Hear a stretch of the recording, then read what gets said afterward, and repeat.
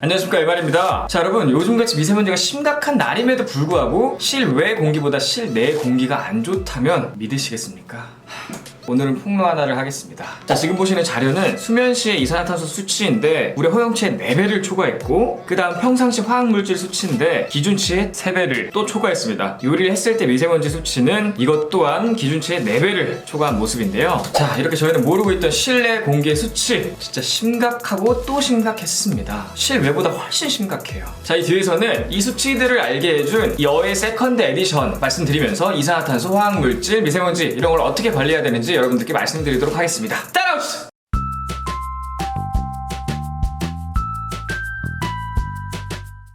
자, 이 친구 같은 경우에는 실내 공기를 측정해주는 어웨어의 세컨드 에디션이라는 제품이고요. 온도, 습도, 이산화탄소, 화학물질, 미세먼지 수치를 알려주고 점수화해서 보여줍니다. 그래서 뒤에서 이산화탄소 수치 한번 보여드리면서 어떻게 관리해야 되는지 말씀드리도록 하겠습니다. 자, 지금 보시는 그래프는 제가 평상시에 수면했을 때 시간별 나와 있는 이산화탄소 수치의 그래프인데, 자, 수면 시간이 지날수록 이산화탄소 수치가 급격하게 올라가는 모습을 볼 수가 있습니다. 저희 집만 그러냐? 아니에요. 여러분들도 만약에 창문 닫고 방문 닫고 주무신다면 저랑 비슷한 수치가 나올 겁니다. 이 수치가 얼마나 심각한 수치냐면 기준치는 1000이에요. 1000까지는 건강에 무리가 없다라는 건데 1000 이후부터는 건강에 무리가 있는 수치입니다. 근데 저는 기준치의 4배를 초과했죠. 저는 혼자 자서 이 정도지, 만약에 여러분들이 누군가 같이 잠을 잔다 라고 하면은 수치가 더 급격하게 올라갈 거고, 여러분들도 마찬가지로 창문 닫고 방문 닫고 주무신다면, 자, 여러분, 이산화탄소 중독이란 말 가끔 뉴스에서 보신 적 있을 거예요. 이산화탄소를 계속 마시게 되면 이산화탄소에 중독이 되는데 3%일 경우 호흡장애, 10%일 경우 의식불명, 20%일 경우 중추신경장애, 30%일 경우 무려 시사량에 달합니다. 이렇게 이산화탄소 수치는 관리를 잘 해줘야 되는 수치인데 그동안 너무 무지했습니다. 그나마 자는 시간만 이산화탄소 수치가 높아져서 아직까지 살아있는데, 이렇게 높은 이산화탄소 수치에 계속 노출이 되어 있었다면 저 또한 멀쩡하진 않았을 겁니다.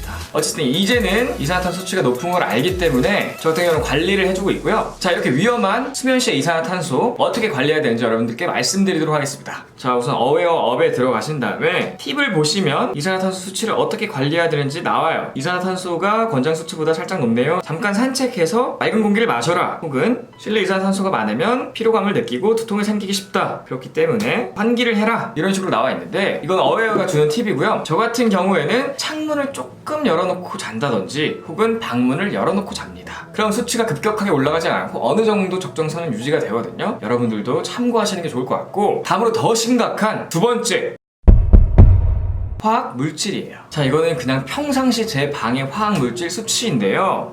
수치가 그냥 평상시에 너무 높습니다. 이산화탄소는 그래도 잘 때만 높아서 다행인데 이거는 그냥 24시간 높습니다. 자, 특히나 저 같은 경우는 새로 만든 집에 이사를 했고 새로운 가구들을 많이 넣었고 이불 또한 새 걸로 교체를 했어요. 혹시나 여러분들도 새 집에 이사를 가셨다든지 혹은 가구를 새로 샀다든지 혹은 이불이나 옷 같은 걸 많이 사셨다, 그러면 여러분들도 화학 물질 수치가 굉장히 높을 수밖에 없습니다. 근데 이 수치가 굉장히 중요해요. 왜냐? 새집 증후군을 유발하는 수치이기 때문입니다. 이 화학물질 수치가 높은 곳에 자꾸 노출이 되면 두통, 현기증, 아토피, 심할 경우에 심장병과 암도 걸릴 수가 있습니다. 이건 정말 위험한 거예요. 근데 이런 걸 평상시에 어떻게 아냐고요. 맞죠, 여러분? 아니, 눈으로 볼 수 없는 건 우리가 알 수가 없습니다. 그리고 심각한지 몰라요. 근데 보시다시피 눈으로 이렇게 보이면 심각한 걸 알게 돼요. 저처럼요. 이렇게 심각할지 몰랐죠. 자, 어쨌든 여러분들의 집에서도 화학물질 수치가 굉장히 높을 수가 있어요. 제가 말씀드린 조건에 해당한다면 여러분들 집에서도 화학물질 수치에 안전하지 않습니다. 자, 그럼 화학물질 수치는 어떻게 관리해야 되는지 한번 팁을 볼까요? 자, 화학물질 수치 같은 경우에는 가구에서 많이 뿜어져 나온다고 하는데 화학물질이 빠질 때까지 5년 정도가 걸린다고 하네요. 그리고 요리할 때 화학물질 수치가 높아지는데 환풍기를 작동해라 라고 또 나와 있고, 가스레인지보다 인덕션이 좋다 라고도 나와 있네요. 자, 그리고 요 중요한 거 나오죠. 이사한 지 얼마 안 됐거나 커튼을 바꿨거나 매트리스, 벽지, 가구, 그리고 공기청정기까지 화학물질을 내뿜는다고 합니다. 새집 증후군을 피하는 가장 효과적인 방법은 환기를 자주 하는 거다 라고 팁을 주고 있고, 부엌도 화학물질을 내뿜을 수 있는 물건들로 가득하다고 하네요. 합판, 캐비넷, 가스레인지, 고기, 생선 이런 것들도 꿀팁이죠. 화학물질 농도가 높은 공기에서 일주일에 40시간 이상을 보내면, 지금 저 같은 경우에 전 몰랐는데 이렇게 보내고 있었습니다. 알면 누가 이래요. 두통, 어지러움, 목 통증, 피부 건조증, 이게 어쩌면 공기 때문일 수도 있다라고 말해주는 거예요.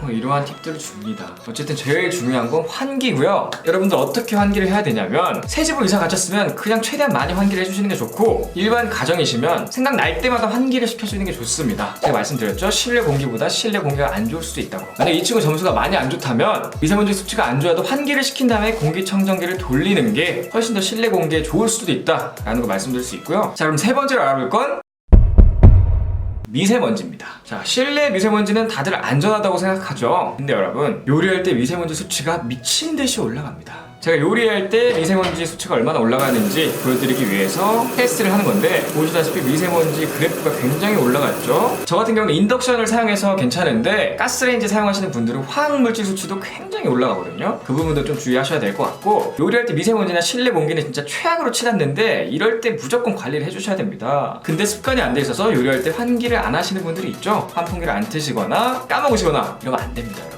혹시나 환풍기를 안 틀었다 그러면은 창문들을 다 열으시고 공기청정기도 작동하시면 빠르게 공기를 정화시킬 수가 있다라고 말씀드릴 수 있고요. 가장 중요한 수치들, 이산화탄소, 화학물질, 미세먼지 어떻게 관리해야 되는지 여러분들께 말씀드렸고, 다음 네 번째는 이 친구 어웨이 세컨드 에디션에 대해서 간단히 한번 말씀드리겠습니다. 사실 공기의 질은 눈에 보이지 않기 때문에 수치적으로 확인이 가능하다든지 혹은 눈으로 보여야 돼요. 그럴 때 의지하는 게 바로 이 친구입니다. 자, 지금 아마존 공기 측정기 분야 판매 1위를 한 제품이고요. 이 친구의 특징이라고 한다면 예쁜 원목 디자인, 방이나 거실 어디에 두어도 예쁘게 어울릴 수 있는 그런 디자인을 갖고 있는 모습이고요. 이 친구는 정말 고마운 게 푸시 알림으로 알려줘요. 갑자기 화학물질 수치가 높아졌거나 미세먼지 수치가 높아졌다 이러면은 알림을 통해 바로 알려줍니다. 미세먼지 수치가 안 좋아요, 혹은 화학물질 수치가 안 좋아요, 이런 식으로 계속 알려줘서 실시간으로 공기의 질을 모니터링 할 수가 있다는 게 큰 특징이고, 그다음 수면 리포트를 줘요. 제가 자고 일어나면 그 시간대에 수면 리포트 알림이 딱 옵니다. 그럼 그걸 보면 제가 수면하는 동안에 언제 공기가 가장 안 좋았고 어떻게 안 좋았는지 이 친구가 알려주기 때문에 내가 조금 더 피곤한 날을 보면 이산화탄소 수치가 급격하게 높았던 날이고, 조금 더 개운한 날은 좀 환기시키면서 잤을 때 조금 더 개운하더라고요. 아까도 보여드렸지만 팁들을 계속 알려줘요. 이산화탄소 농도가 높으면 환기를 시켜라, 이런 식으로 팁을 계속 알려주기 때문에 어떻게 내가 관리해야 되는지 알 수 있고, 그리고 진짜 좋은 건 이 5가지 수치를 다 알려준다는 거죠. 그래프를 통해서 온도, 습도, 이산화탄소, 화학물질, 미세먼지, 그리고 점수까지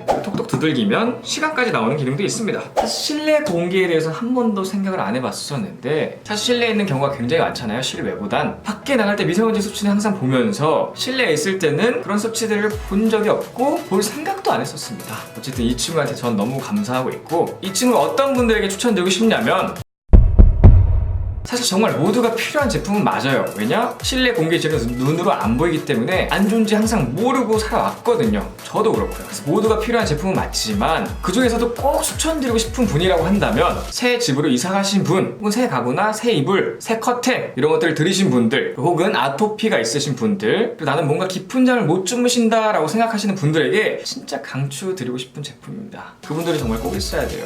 그리고 또 자녀 있으신 분들도 무조건 있어야 됩니다. 자, 어쨌든 이런 분들에게 추천드리면서 저는 오늘 영상을 마무리하도록 하겠습니다. 자, 오늘 영상 여기까지고요. 제 영상이 조금이라도 도움이 되셨거나 유익했다라고 생각하신다면 여기 아래 저를 보시죠. 오늘은 바로 구독되니까요. 구독 버튼 한번 눌러주시고 좋아요와 댓글, 알림 설정까지 부탁드리겠습니다. 꼭요. 지금까지 IT 크리에이터 에바였습니다. 감사합니다.